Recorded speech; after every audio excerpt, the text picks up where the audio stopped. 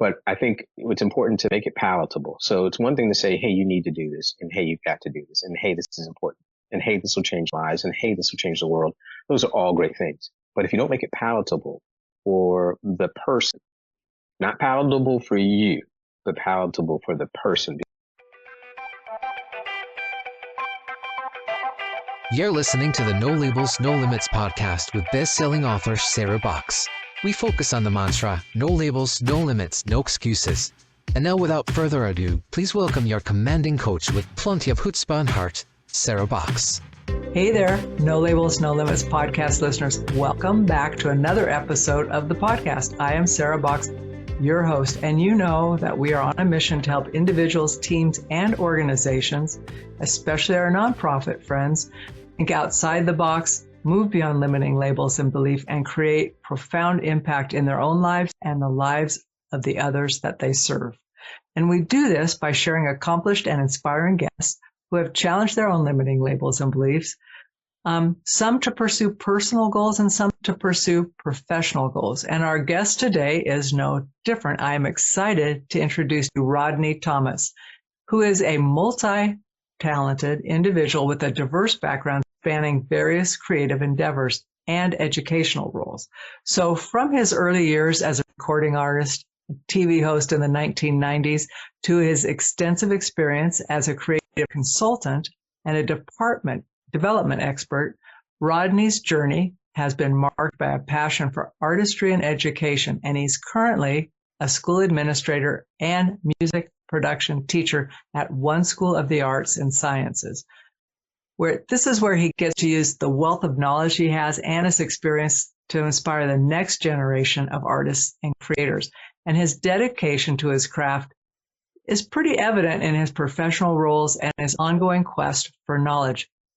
He's currently revisiting books like The 5 Dysfunctions of a Team, good book, and The Tale of Three Kings, which I don't know anything about, so I will ask him about that. But despite that background, Rodney maintains a humble online presence, kind of preferring to let his work speak for himself. And he is a big merger of story and music. So sometimes we don't think about music as story, and yet it is. And stories, when done well, actually have a musical background theme underneath them. So with that, I'm going to talk to him about the transformative power of music and teaching in the personal growth and positive change arenas, inspiring his students' creativity and resilience, and then being authentic through music and teaching. And we'll talk about that relationship between music, storytelling, and conveying emotions and narratives. So with that, let me finally welcome Rodney to the podcast. Hello, Mr. Thomas. How are you? I'm doing good. Thank you so much. And I appreciate that introduction. That I have to live up to that now.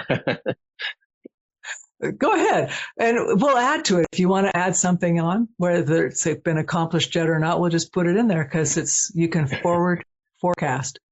Let me ask you this, though. Let's start with this. Can you share a story about how music has positively impacted someone's life, your own or someone else's that you know, or helped them overcome obstacles or challenges? Well, I'll start with a very personal note. When I was in kindergarten, my kindergarten teacher just fell in love with me and really just connected with me in a way that I didn't have outside of our home and our close circle of friends. And she championed me. And I was a singer, from before I was born. I was singing. And so I sang a lot, and everybody kind of at that time, I'm dating myself now, compared me to Michael Jackson. And so my kindergarten teacher, took it upon herself to make sure that when Michael Jackson and the Jackson 5 came to Maryland, which was where I was living at the time, Landover, that she got tickets and took me to go see him. And at the time, of course, it was just great to go see, to be in the concert and to go and to be with her and all of that. But I didn't recognize that she saw something in me that she wanted me to experience. And it profoundly affected me, that the relationship and the concert and everything else profoundly affected me. To this day, I can see I can see where the lines kind of come together in pleasant places, and I can see where that impact. So for me, music has been, was powerfully impacted by a trusted teacher who saw something in me and decided that she was going to risk the investment to help develop that. I just want to pause for a second because that really touches me. One, for your teacher's love and kindness towards you, but to also for listeners, that one gesture basically changed how you were framing yourself, right? Yes. Yeah. And so how old were you? I was in kindergarten. What is that? So 5 or 6. 7? Oh no. Yeah. Young. Young. I'm a September. Yeah. Yeah. So different enrollment time. But you know what, when you see yourself differently like that, like this is what's possible, or here's my teacher who sees something in me that says I should be here, it tweaks how you see things going forward because you can see yourself belonging, and like the door's open to you. And I'm really super jealous that you got to see Michael Jackson in person. Really jealous.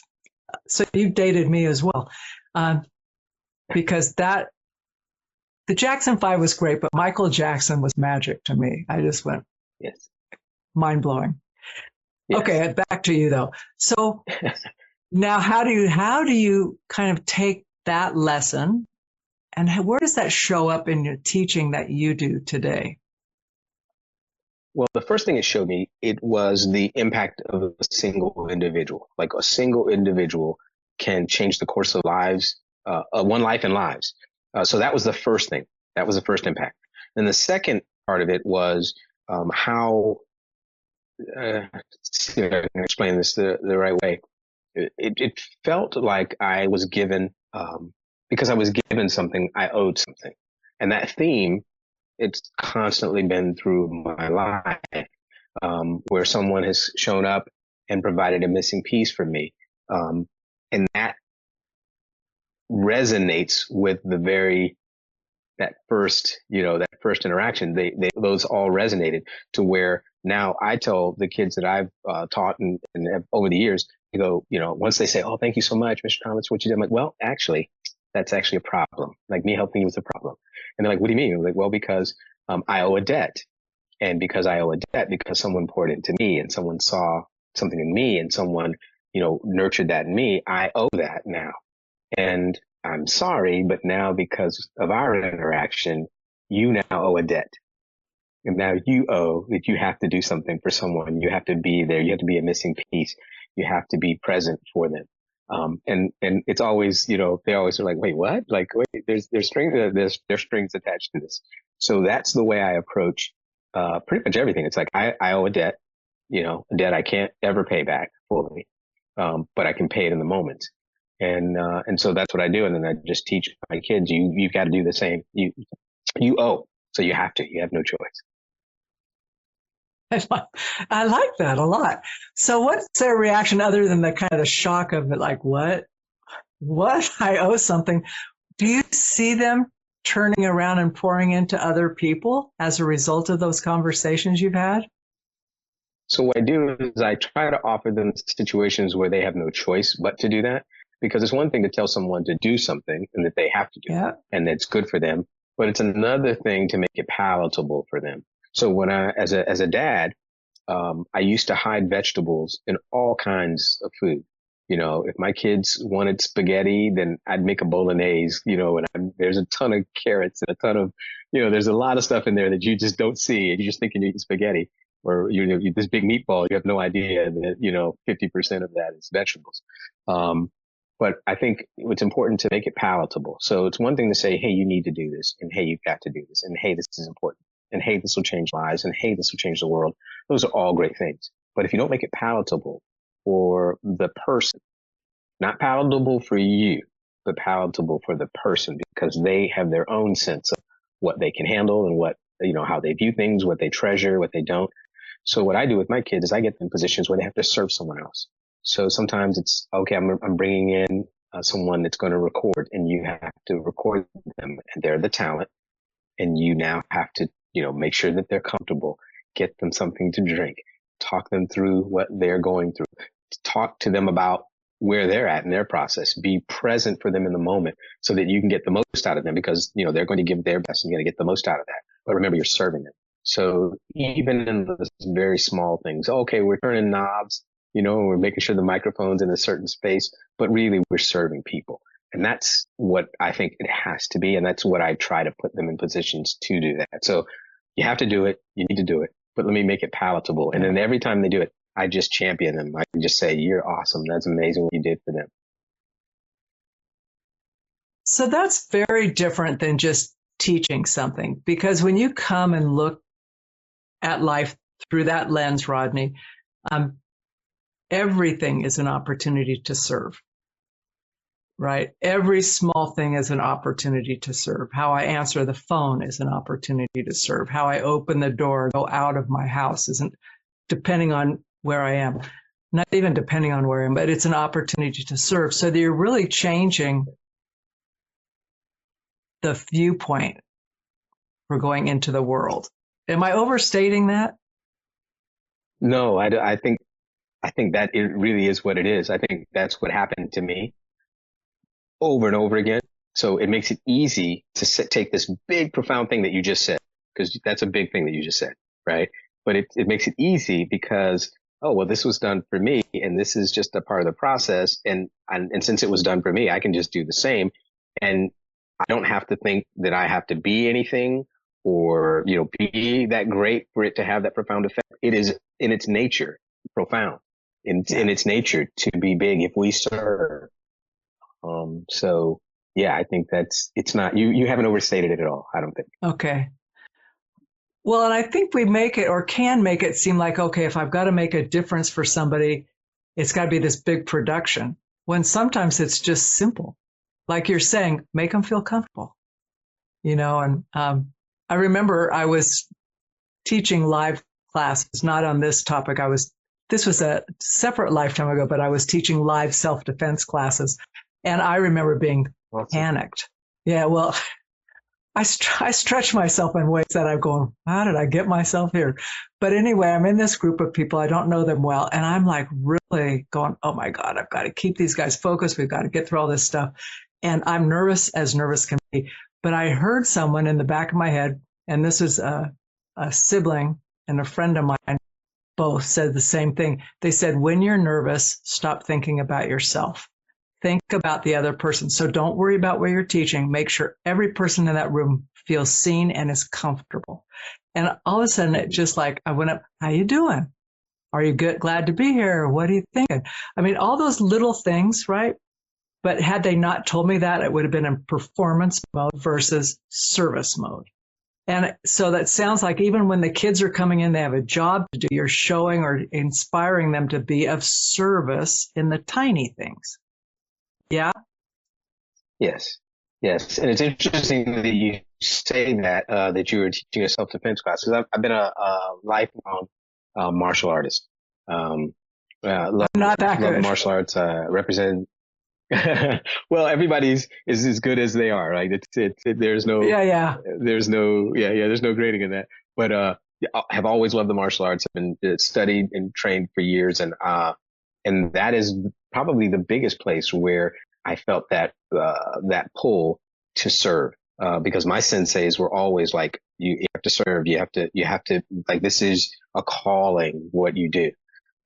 So it's amazing that I'm very interested to hear about your self-defense classes. It was full contact self-defense, but I studied some Aikido, and what I loved about Aikido was I wasn't very graceful, but I loved the philosophy of it, like getting off the line and moving with energy and all of that, versus being so confrontive and, like you're just a block, which makes you very vulnerable, in my opinion, in life and in metaphorically, literally, figuratively. Being a stuck block is not the way to be. Humble, that's my opinion. So we'll get off of martial arts, but what did you study, or what arts have you been studying? So wrestling, karate, taekwondo, jiu-jitsu. I've trained with everyone that I could have trained with. I fought for Armed Forces Martial Arts, represented the United States Army in Europe. And I trained with Nice. everybody that I could train with. I wanted to be, so before there was MMA, before there was this whole thing, that's what we did, you know. And then of course they became Army combatives and all the other, you know, all the other things, the iterations therefore, but we were the first guys to, you know, just kind of jump in there and do everything. And so I love. I love every martial art. I love all the things that it teaches you, the stripping away of all the unnecessary things, and all the things that kind of, like you said, they get in your way, they're blocks. I love it. So, Yeah. and to me, the It's martial a, arts and music go together. tell me about that.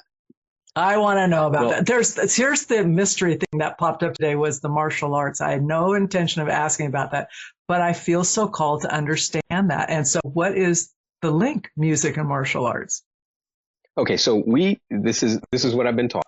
And if anyone wants to, you know, say it's not so, I'm okay. I won't fight you on it. But I was always taught that there are masculine energies and feminine energy, right? We have both, right? And I was always taught by people in the West before I learned, I was taught that the martial arts were like a physical, masculine kind of a, you know, energy. But my senseis taught me, no, the martial arts is a feminine energy. It's not a masculine energy at all. It's feminine. It's like you've got it completely wrong. And so that really kind of messed with me a little bit. And then, and so I had to kind of reframe, you know, my thinking and all that. But then also, that music is a part of that. Music is a feminine energy as well. So they sit on the same side and they go together. In the old days, you know, martial artists played instruments. They were, you know, they didn't just, you know, fight in a gym and train. You know, they were perfectionists. They were artists, with the pen and with the paintbrush. And they were, you know, they were musicians and they were talented with all of these things that most people consider feminine, but they had the feminine energy. They weren't afraid of it. They weren't offended by it. They weren't, you know, they didn't try to classify it as something else. They just moved with it.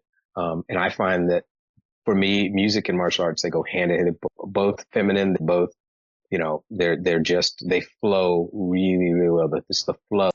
Like when you are, I don't know, when you're fighting, you know, when you're in a fight and you're trained, whether you're sparring or you're fighting for points or whether you're fighting, you know, not to get, you know, embarrassed in front of your friends and family. It's still the same thing. You have to get into a flow and there's a pattern and there's a rhythm to the movement. And one person is trying to get the rhythm and their will over on the other person, and the other person is playing a different pattern and a different kind of cadence and they're trying to make that cadence be the dominant cadence. And so all of this is playing out, and it's like jazz musicians will tell you, sometimes you just get into a flow and you are just in the pocket and everything is just moving, and it just moves all by itself. It's not like you're thinking through everything, right? Like cycle cultivation says, we started ignorance and innocence, and then we move to that mechanical stage where we're trying to figure it out. But when you move into flow, when you move into that final stage where it just flows, you can do that with music. Sometimes you can listen to music and it can take you into a place of flow that you're like, wait, where did that 3 or 4 minutes go? I was gone someplace. And the martial arts does the same thing. It's that same type of energy and flow and feel. Sorry, you can tell that's my passion. Those are I love it. Well, it really, as you're describing that, I'm thinking, I kind of go off in visual drifting. So kind of what you were describing, and you're talking about the flow and the energy shifting. And it almost seems to me like you're describing like when you watch people tango dance, right? That almost feels forward, backward, but always in sync, right? No one's got, you might think that the person leading the dance is in charge, but you watch the woman, the guy leading is not in charge. Exactly. Yeah, it's different. We say that all the time. When people go, oh, well, the dominant one is the one it's like, no. The dominant one doesn't decide. Actually, the submissive one that decides. It is a feminine thing. Like people don't get it, and they get all thrown off when they try to use that masculine energy in this other place. And it's like, no, that's not it. They go with the flow, feel it. Just feel what's happening. If you can feel what's happening, you can go with it and you can move with it. And that's music, Yeah. that's martial arts, that's, all of It's it. life. Sorry. No, Yeah, it's life. I'm digging it. No, I'm right there with you. So let's go back to your students and teaching and the one school.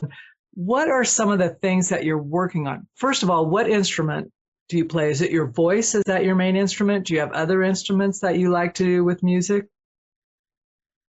So my voice is my main instrument. That's my instrument. I don't play any music at all. I write music, and I can arrange and I write lyrics. But I don't play any instruments at all. Which used to be a thing that was very difficult for me, because I was around a lot of great musicians, and I'm like, well, I can't play. Like, I would literally go to play and everything musical would stop. And I'd get into this mechanical thing where my hands weren't working or my eyes aren't doing, nothing is fitting together. But I had someone, tell me something. It was a music teacher that I went to, and I said, look, I can't get this. Like, I don't know what's wrong. Like, I get into this whole thing where I just shut down. And she told me, she said, well, you don't need to play any instruments. And I was like, what? Like, wait, this is what you do for a living. This is how you pay your bills. Like, how are you telling me that I don't need to pay? Like, I don't need to play an instrument. I don't get that. And she told me, she said, Rodney, you have something really special, that you have this music that's going through you. You create this music. It's constant. It's all, she's like, if you sat down and stopped to learn to play an instrument when all the music is already going through your head, what are you going to do? You're going to slow all that down to go to play this instrument, or are you going to write and do and so I've written over 100 songs, put together. Like, I'm just trying to be prolific. I'm like, okay, I'm going to get into my gift and use it, and not be concerned that I can't play the piano. And I'll just tell you this last story. Not the last story, but the story about this. I was in Dallas, to record an album, on the Warner, label. And, and the guy and I'd done a song at a concert, but I was there to record the studio for like a week and a half, 2 weeks. And one of the guys who was at the concert was like, hey man, I really love to talk to you. I'd love to sit down and like know where you're at. Like, you're recording this album, you're with these guys. Like, I just want to know all the things. And I said, yeah, great. Let's talk. So we hung out, went over to his place, and he's got all the instruments everywhere. He's playing everything. It's kind of, it's almost like I was with a young Stevie Wonder. Just the guy was phenomenal. He was just amazing, incredible. And I was just like, man, this guy, and he's playing all these, he's playing different instruments. And he's like, you going to play something? I'm like, well, no, I don't play. And he looks at me like, wait, what? I'm like, well, no, I don't play an instrument. And he's like, wait, I don't understand. He's like, how are you signed with one of the biggest labels in the world? And how are you working with this guy who I've wanted to work with my whole life? How are you doing all this stuff and you can't play an instrument? And here's a guy who, easily 12, 13 instruments, easily that I saw that he played. I said, you know what? I don't know. I just go with my gift. I go with what, like what I have. I don't try to be anybody that I'm not. I don't try to do anything that I can't do. I'm just me. And then everything and all the lines, like you say, it fell together in pleasant places. I helped somebody do something. And because I helped them, we had an agreement that we would be on each other's album whenever whoever got the first to get their music out. 2 years later, after that agreement, that friend said, hey, I'm coming back into town and we're working on the album. So I go, okay, great. I'll go. We go to the album party. We sit down and talk about what we're going to do. And I hear her musicians and I say, I'm not going to sing on this album with you. And she's like, what? I'm like, well, the people you have are much better than me. I'm not going to, you're my friend. I'm not going to like take the place of somebody who's world class, and I'm going to no, I won't do it. And she was like, no, you promised me. And I said, well, we'll work on something. We'll do something. So we picked one song and I just did one thing on the song. I did a rap at the end of the song. That was it. But that was commitment. We're going to be on it. So I'm in the studio. We're doing the song and someone walks in to the back of the studio. I guess their red light was not on, recording in session. They walked in. I just started, goofing on them, breaking on them. And the producer kept the recording. They keep recording. So I was messing with the person. We were laughing and joking, just being crazy. They put that on the album. They took that portion, put it on the album. And then a guy heard that and said, who is this guy? Because I want to meet this guy. And then that became the emphasis for, hey, I want to do this album. We're doing this album. Would you like to do it? And so all the lines fell in pleasant places, but it was one of those things where, you you jump in and you do the things, and then you see what happens later. Yeah. I don't know where I think I took that story all the way around the world. No, you circled back. That was great. But it's also, it is also a great example of just showing up. Like you made a commitment, you showed up, and then you just were you. You weren't trying to be anybody you weren't. And that in and of itself has a great energy with it. When people just show up as themselves, it just leaves things open. No one's trying to be perfect or like some projection of themselves. They're just, so when you're goofing around, you're having fun, take it or leave it, you're having fun. And how great that the red light wasn't on. Yeah. Look, I mean, just all the coincidence or synchronicities, actually. So I know you're working on some projects at the school that are creative. Is that correct?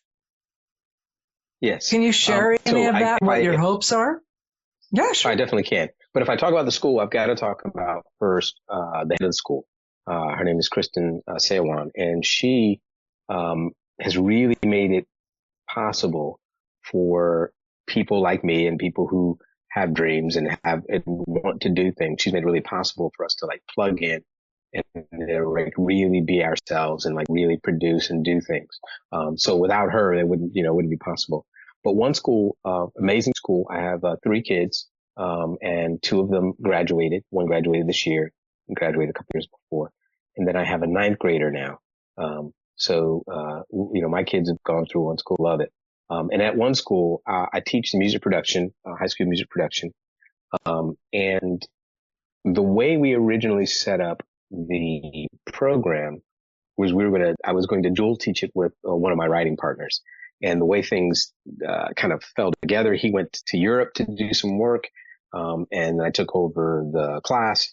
And a big thing for me was it doesn't matter if the kids can push the buttons and do the levers and do what everybody else does. If they're not reaching deep inside and pulling something out of themselves that no one else in the world has, because they've got something that we need, right? We all need things from other people, right? We're not putting this thing by ourselves to be by ourselves, to live by ourselves. Everything that we do, say, and touch, someone else has had a part of. And so we need each other deeply. Like, it's a big deal. And so, when we're working together in projects, I go, hey, listen, I don't really care if you get it right. I don't care if you get it wrong. I don't care if you mess it up. I don't care. Music is subjective. I just need you to produce. I need you to produce some things. I need the world to hear what's going on inside of you. Like, let's hear that. That's important. So that's the way we started with our kids, and they just blossomed. They're like, yes, like I want you to hear what I have to say. I do. I do think what I want to say is important. And so they responded really well. We're working on projects. So in our class, we only write original music. So we write, arrange, produce only original music. We don't do other music. We don't, try to figure out how to make someone else's song better. We work on our voice and what we want to say to the world and how we package it. So we've got about 2 albums worth of music. So right now it's really about packaging it.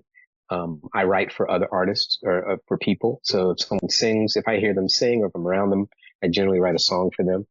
So we've written a bunch of songs for other people to sing, and we're hoping that they can express themselves to the world. We just need to, this year, start pushing out some of these songs into their different streams. So what has been some of the reactions from your students? So we call them scholars on our side of the world. Scholar. Oh, I like it. Scholars. Yeah. That's much more elevated than student. Yes, we push them like you're gonna be a scholar. You gotta know. It's a different vibe. I think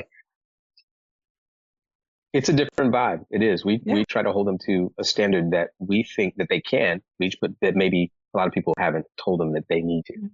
And we try to tell them all the time, this is where you need to be. But as far as the reaction, they've just take ownership of, who they are and what they want to express. I mean, there's not, I guess maybe in our lifetime, maybe we were maybe a little bit more hesitant to put ourselves out there. But these kids, that's all they know. They don't know anything else. They know everybody they watch is someone that put themselves out there. And so to them, it's natural. To them, they're like, oh yeah, let's do this. Now, of course, there's always I don't want my classmates to think, what I did was horrible. There's always that, thing that we all deal with as kids, but they're much more willing to put themselves out there and show it. And they've done it. They've done some great, just some amazing music. We're just so overwhelmed by how good it is, because it's really good. They've done a great job. As a result of their experience with music, well, I'm sorry, I got to ask you a prep question because I may be making an assumption. So are the kids who come here focused on music and art when they come to the school? No. So okay. So when the kids come to the school, we're really different because we're a school of the arts, but we're also a Christian school. So those two things don't usually go together. They're usually kind of diametrically opposed. Well, that's just the way, that's just the way it's been. Super creatives and, and religious folks don't generally kind of, mesh. Time we to mesh. Change that. Yeah. Exactly. So we mesh. So when they come, they not necessarily into music. Some of them are into theater. Some of them are into culinary. We have different pillars. So it's communicative arts, it's culinary arts, it's musical arts. Like we have a lot of different ways for the kids to express themselves. So the key is okay, it's an elective. If you love this, if you come to this class, I got to figure out where you are in the spectrum, as so to speak. Are you a super talent and this might be something that you're going to want to do, for a living? Or are you here, because your friend took the class and you want to be with your friend, and you want to hang out, you know how high school is, and everything in between. And so I just say, hey, it doesn't matter why you're here. I need you to do two things. Number one, I need you to leave with a better appreciation and understanding of music in general. I want you to love it. You gotta leave loving it. Even if you've never loved it before, you have to leave loving music. And for whatever reasons it may be specific to you, we got to find them, and you got to love it when you leave. And then the second thing is, I just need you to produce something from out of yourself. And I don't care if it's good. Good is not a part of what we do. Like, we don't do good in the sense of, oh, that's good and that's not good. If you created it, it's yours. It's subjective. Everybody likes certain things. There are things that I don't like musically. And I just go, oh, that is really, really expressive, but there's some things that I don't personally like. So I don't tell them they have to like a certain thing. Just create. You have to produce music and you have to love it. And then everything else in between, we'll just see, we'll see how it turns out. So for your scholars who have gone through that, who maybe have come in and they were on the spectrum where they're like, I'm here because my friend's here. Have you been surprised? Like, has anybody just gravitated so much to this that they've said, I'm doing this. I'm going to go all in on music because my soul speaks to it. And I never knew it until I was in this class. I would say that happens every year with a few. Most of the conversations are private, and they'll be like, oh, I think I'm going to do this, or man, this has profoundly affected me. They won't say it publicly unless they're already there. Excuse me. So the kids who are already there, who are already like, they want to do it. They're publicly saying like, yes, I want you to hear my music. Yes, I want you, like, this is what I want to do. And for the kids who came in kind of like you said, I just want to be with my friend. Some of those kids have produced music that we're all like stunned. Like, how did you do that? But because they tapped into their voice, like what they wanted to say to the world, it became very easy because nobody knows what you want to say more than you. Rodney, that's the whole lesson, period, right? Who can know our voice better than us? And we try to be other people when we're not. And then we find ourselves falling short of that because we're not being us, which we're 100% capable of being. Right? Yeah, I just love how your approach to this is, because you think about, I'm thinking about that one teacher who took you to the concert. I know in my life, I had a couple of teachers who had that same impact on me. And as a result, I really loved certain aspects of learning. whether I went anywhere specific with it or not, I just was thirsty for it because of the way I expressed it. But I went back to a time I remember the sensations. Like, I bet you can remember how you felt every moment of that night seeing the concert, like what you were wearing, what your clothes felt like, all the energy around you. And my mom took me to see Henry Mancini. I don't know if you know who he is, right? Pianist. Oh, yeah, of course. He was playing two pianos at the same time, but I must have been eight, like for my birthday, patent leather shoes, get the girls dressed up. But I still remember it to this day, and I'm thinking, oh my God, live music is so amazing. And then they brought me down because I was a little kid and these were all fancy pants grown-ups in there. But they brought me down and I got to sit on the piano bench next to him. And I thought, oh, this is surreal. I'm not a musician, but I have always, like, when someone goes, do you want to go to hear music? I'm thinking, yeah, absolutely. Because there's an energy there, right? So I'm your kid who would love music, but not be good playing it. But I can't imagine someone never having introduced me to it. And for someone as yourself who is so creative and a musician, a vocal musician who has that thread of river of music in you, thank goodness that teacher pulled that out for you so you could be you fully. So what's next for you, Rodney? I think right now we're just really pushing to get this new set of music out, to get these kids seen and heard, and a couple other. We've got some adults who have written some songs for some adults that I think that they're gonna touch people's lives. So it's really about pushing them out, getting them out there, letting people hear and experience the music, and then from there, we just go from there wherever that takes us. Got a couple of projects that we want to do. We want to integrate other types of art with the music so that we can create bigger synergies, like you said. That's kind of where we're at right now.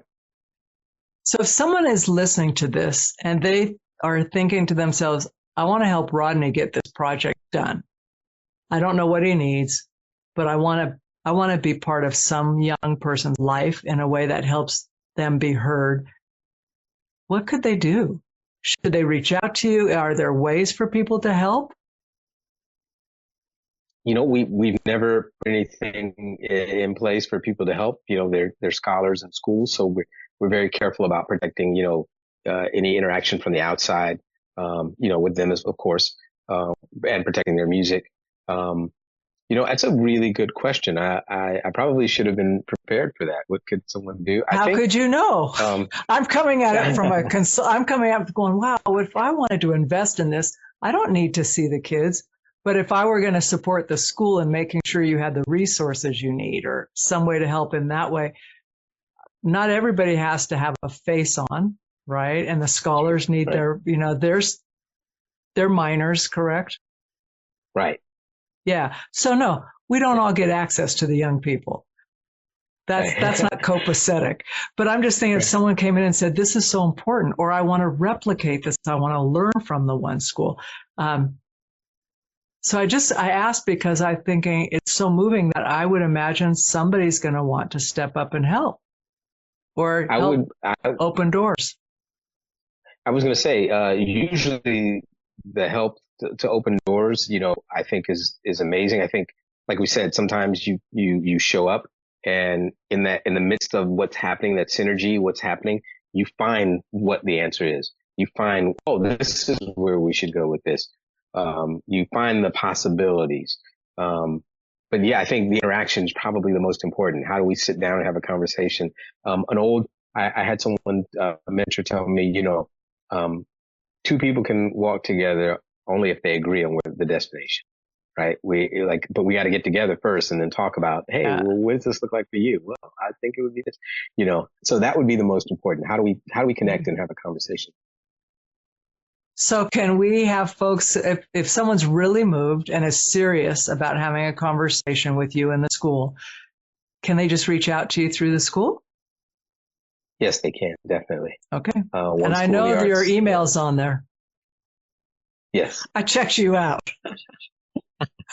Cool. So we'll make sure those are in the show notes, folks. But if you love music, if you love young people, if you love being sincerely who you are at your core and you want to help, reach out.